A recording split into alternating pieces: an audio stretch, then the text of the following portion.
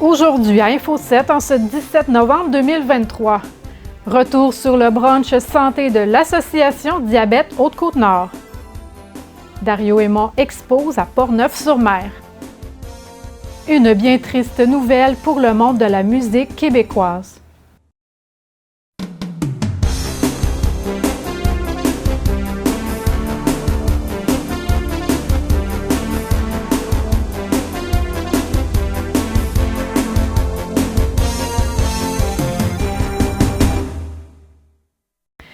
Bonjour à tous, j'espère que vous allez bien et bienvenue à notre bulletin de nouvelles. Nous apprenions une bien triste nouvelle cette semaine, le décès de Carl Tremblay, chanteur du groupe Les Cowboys Fringants, qui s'est éteint des suites d'un cancer de la prostate à seulement 47 ans. Nous offrons nos plus sincères condoléances aux proches ainsi qu'à la famille de Carl dans cette période difficile. On vous présente un montage vidéo tourné au fil des années lors de ses passages, entre autres, au Festival de la chanson de Tadoussac. Le monde entier pourrait crever, je suis juste incanté dans mes doigts. C'est qu'il se passera jamais rien, entre toi et moi, ça part d'allure. On va partir au petit matin, on va se dire à la voyure, même si je t'aimais, même si trésor, et que mon cœur s'est accroché, hors sur ta route du Nord, entre les communs. Plus de fans qui viennent nous voir, qui n'étaient pas nés quand on a lancé notre première cassette, sont 19-20 ans. Nous autres, on est rendus à 20. Vos cassettes. Non, ben ils sont peut-être rétroactivement connus, là, donc... Mais vous allez chercher vraiment tout le monde. Ben, en fait, tout est disponible de partout, donc maintenant, les gens chantent autant nos vieilles tunes que les nouvelles, donc Ben c'est oui. le fun pour nous, en tout cas. On a du fun.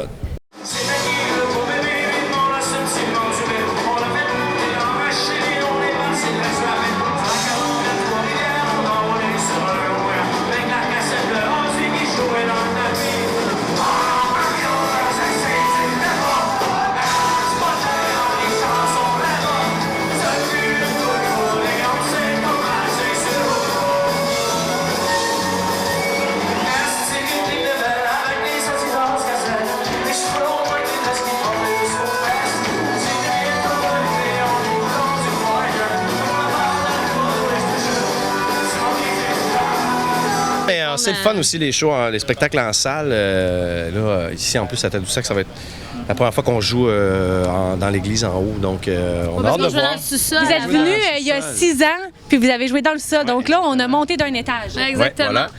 Donc, ça va être le fun. Je pense que, d'après moi, il devrait faire chaud là-dedans. Oui, ça faisait déjà chaud. Déjà chaud, puis il y avait personne encore. Donc, bon, on a amené du linge de rechange pour après. Fait que ça devrait être le fun.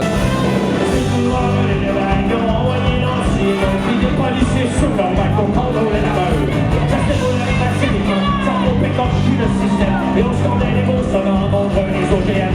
Dans soudain, sont démarqués, c'est pas un peu extrait. Sous une choc à couler, c'est pas clairement activiste. Comme des petits chiens, et on pitché de droit pétard. Les deux sont entrés dans le trafic de gestion. Baigné dans le world.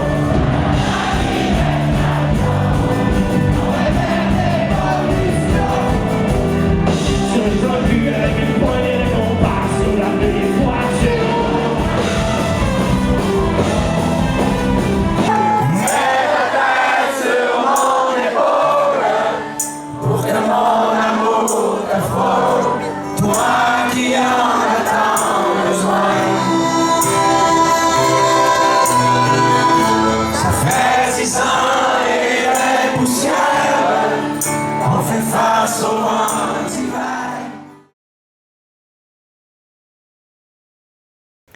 Dimanche dernier, le 12 novembre, à l'occasion de la Journée mondiale du diabète, a eu lieu le brunch santé de l'Association Diabète Haute-Côte-Nord à la salle multifonctionnelle des Escoumins.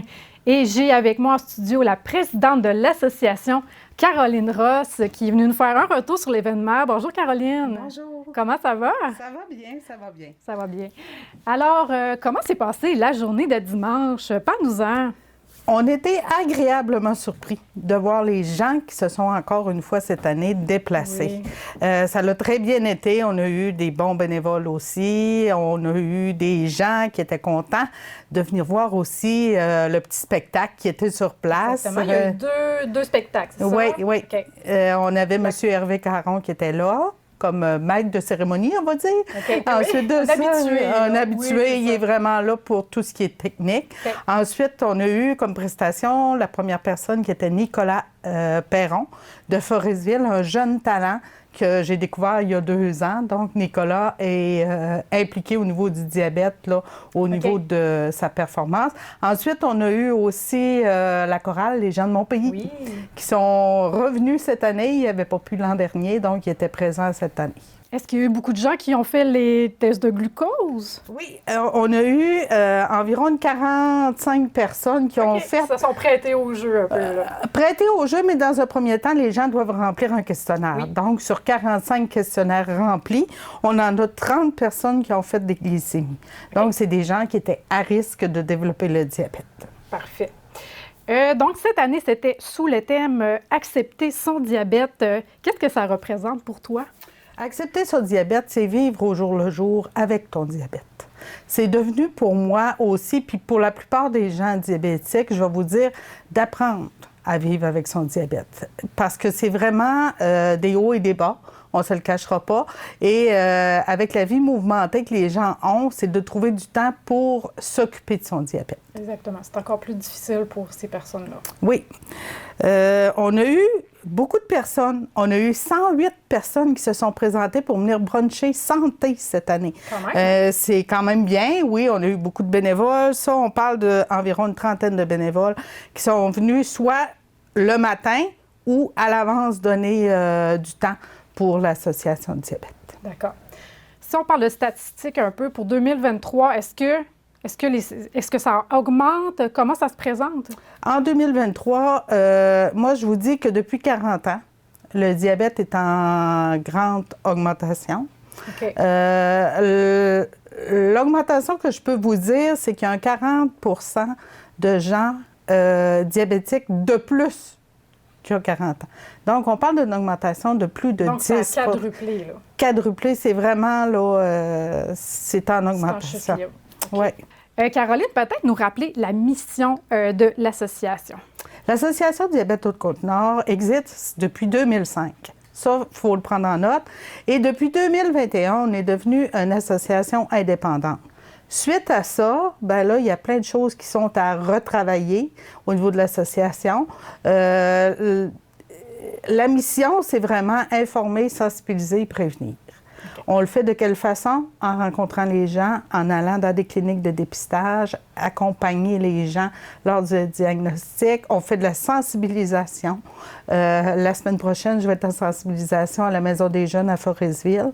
Donc, on fait la tournée un peu des maisons de jeunes aussi pour aller rechercher, si on veut, et offrir un peu les habitudes de vie aux gens. Parce que les jeunes, on a beaucoup de gamers, il faut le dire, c'est un mot anglophone. On a beaucoup de joueurs, donc les jeunes sont beaucoup moins actifs, ça joue moins dehors. On se promène dans les villages, il n'y a plus personne dans les rues qui joue dehors. Donc, c'est vraiment, notre but, c'est vraiment de sensibiliser les gens. Et de faire de l'information comme hier, la conférence que vous avez donnée. Oui, c'était une conférence. Ça fait partie de notre mandat. C'était une conférence hier sur le soin des pieds. Oui. Vous allez dire, le soin des pieds, ça n'a pas rapport avec le diabète, ça n'a pas rapport avec le pancréas. Et oui, les personnes diabétiques, vous l'avez vu hier parce que vous avez assisté un petit peu à la rencontre. Donc, le soin des pieds est hyper important. Dû aux conséquences que le diabète peut avoir à long terme aussi. Hier, à notre conférence sous forme de 5 à 7, c'était très familial, très amical. Donc, on a 22 personnes qui se sont déplacées pour venir rechercher l'information. On a aussi 7 personnes qui ont fait prendre des glycémies. OK. À la toute fin. Là. À la toute fin, il y a 7 personnes qui sont allées faire prendre des glycémies. Soit des gens qui étaient déjà diabétiques ou des gens qui voulaient savoir leur taux de sucre, tout simplement. Caroline, j'aimerais te parler de la relève. Parce que là, on a un jeune homme qui est venu te voir au brunch, qui était là spécialement pour aider au dépistage. Exactement, c'est ça. C'est un jeune qui étudie présentement en santé, on va se le dire, à l'Université du Québec à Québec. Ce jeune-là s'est impliqué avec nous à partir de 7 heures le matin. Donc, il était déjà sur place, il a donné un coup de main au départ. Puis lui, sa mission, c'était vraiment d'aider la personne à l'entrée pour le dépistage, pour jaser avec les gens. Donc, il a beaucoup aimé son expérience. Puis on parle de relève parce que probablement que ce jeune-là va devenir un membre du conseil d'administration. Ah, super. C'est déjà quelque chose qui l'intéresse. D'accord. Bien, justement, avez-vous eu beaucoup de nouveaux membres cette année? Cette année, si on parle de membership, au moment où on se parle, on est environ à une trentaine de nouveaux membres. Ah, OK, c'est bien. Le brunch et la conférence d'hier, on a des gens qui ont renouvelé ou des nouveaux membres. Donc, on a vraiment une trentaine de nouveaux membres là, qui... Puis là, il y a de la nouveauté aussi pour les membres. Il y a des choses très intéressantes. Là. Ça me fait quelque chose de vous le dire parce qu'on a vraiment travaillé fort avec le conseil d'administration. Donc, on a un 10 massage Julie Tremblay. On a un 10 chez Mélanie Gagnon, soins de pied. Donc, on le sait, le soin de pied, les personnes diabétiques, c'est un lien. On a 10 aussi chez ProNature à Forestville avec M. Patrice Lheureux, qui est, lui, quand je suis allée le voir, oui, moi, je vais le donner le 10 ça me fait plaisir. Cette année, on a BMR, ProNature, qu'on les laisse ouvrir, si on veut. Et le propriétaire m'a dit, viens me voir l'an prochain.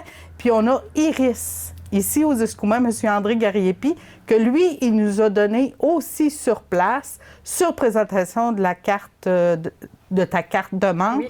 Donc, tu as certains spéciaux, c'est-à-dire un 150 $ sur les lunettes de prescription, 150 $ lunettes de prescription avec verre solaire, puis un 50 $ verre solaire sans prescription.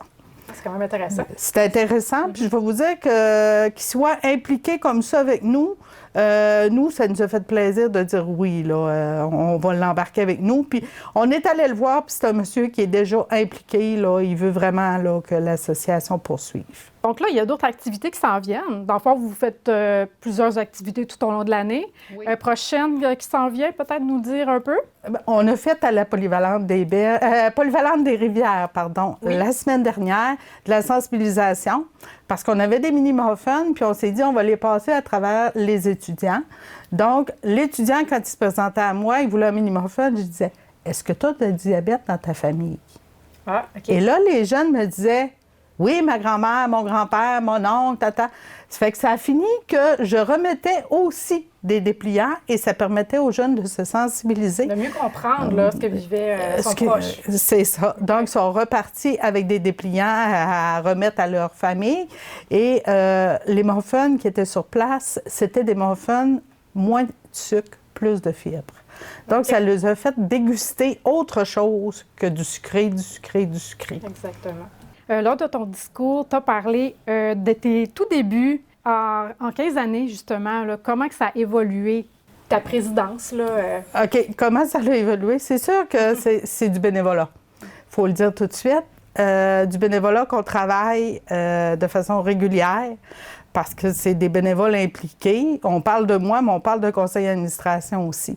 Ce que je peux vous dire, c'est qu'au niveau de la présidence, moi, c'est une cause qui me tient à cœur parce que je dis toujours, je suis une vieille diabétique. Donc, tout ça pour dire que c'est une mission que je me suis donnée de faire connaître l'association et aussi en travaillant avec mon conseil d'administration qui est toujours derrière moi. On a eu une belle nouvelle en juin dernier, c'est qu'on a été accepté pour le programme de soutien aux organismes communautaires, soutenir notre mission globale qui est informer, sensibiliser et prévenir. D'accord, ça c'est super. Oui, pour moi, là, c'est vraiment quelque chose qui me tenait à cœur. Puis c'est sûr que là, on a des sous qui entrent, on va être un peu moins essoufflé, puis on va pouvoir attacher plus de gens avec nous pour nous donner un coup de pouce. Super. Bien, merci, Caroline, de ta présence ce matin. Ça m'a fait plaisir. Puis, n'oubliez pas, le 14 novembre, c'était la Journée mondiale du diabète.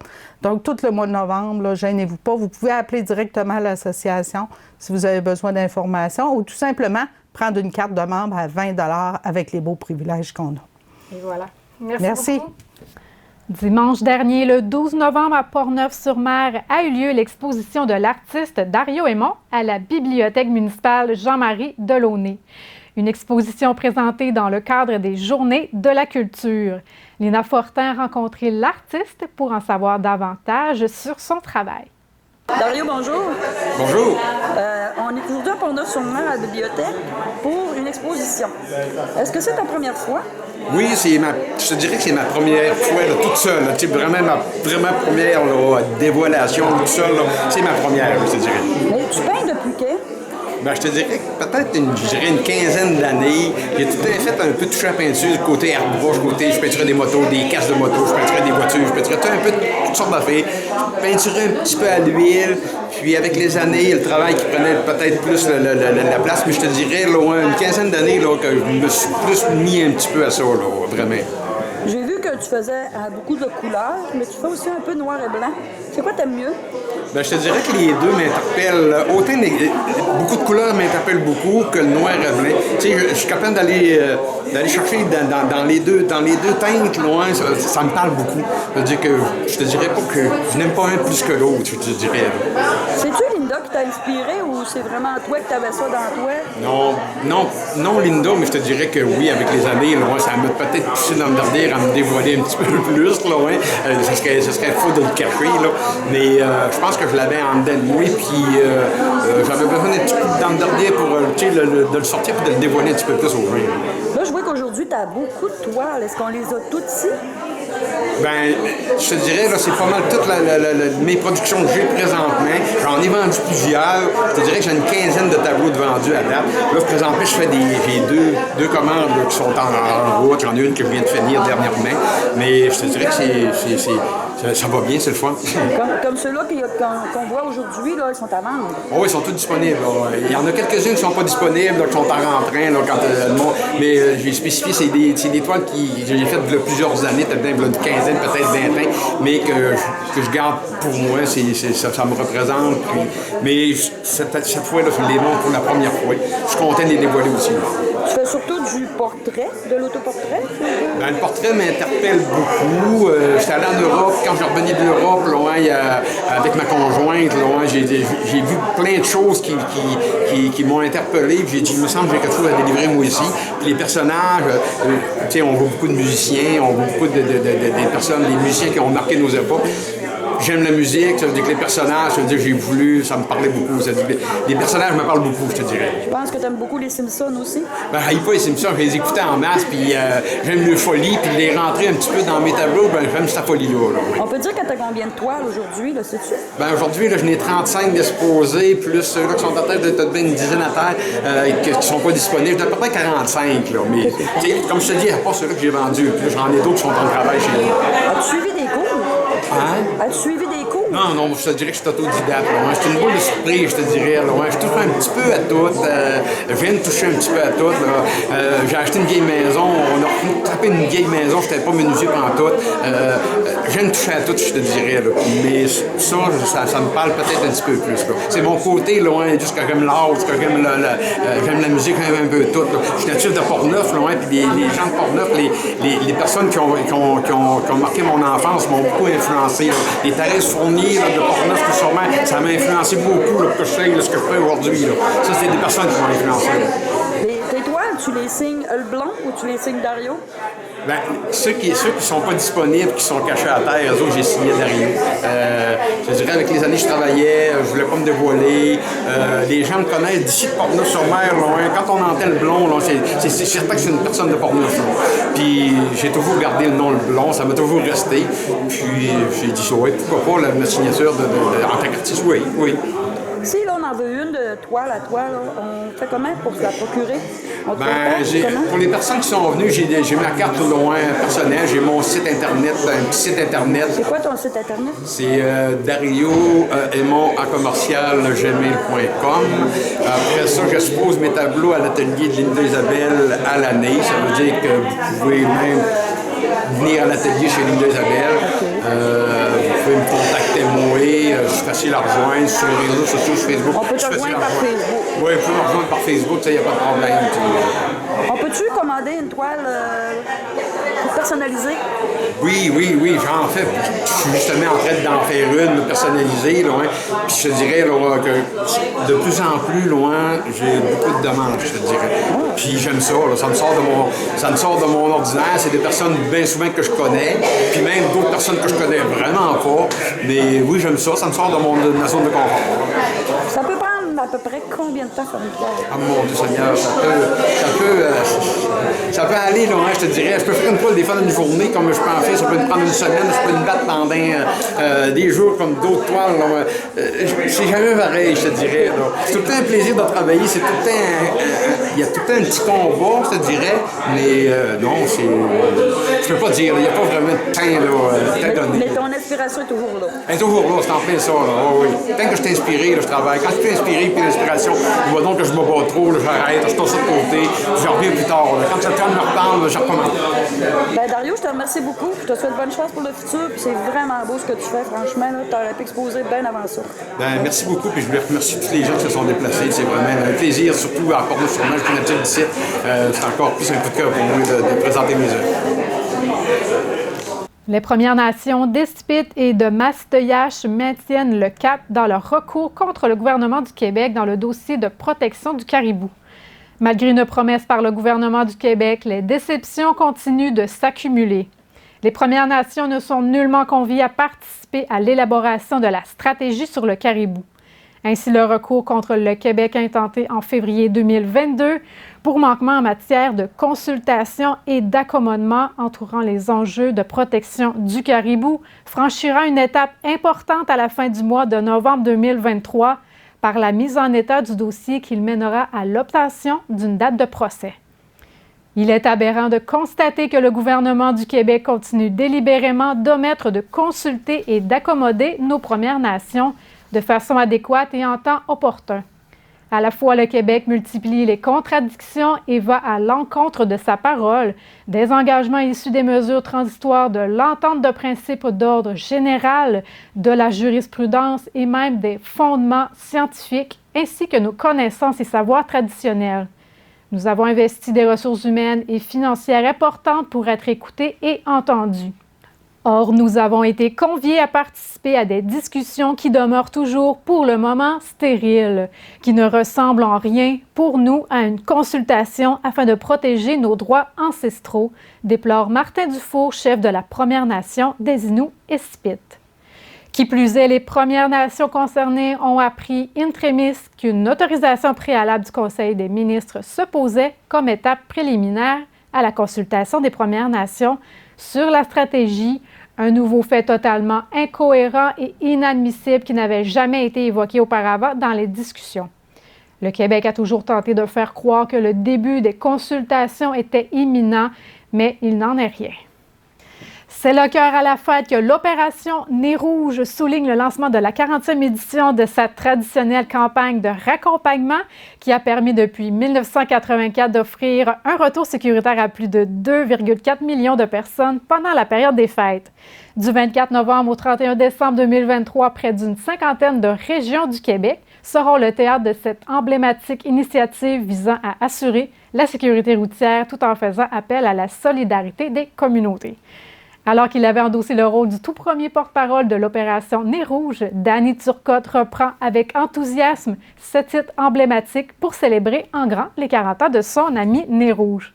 Celui-ci invite la population à faire partie des festivités, soit en étant bénévole ou encore en composant le 1866 Desjardins pour utiliser le service de raccompagnement.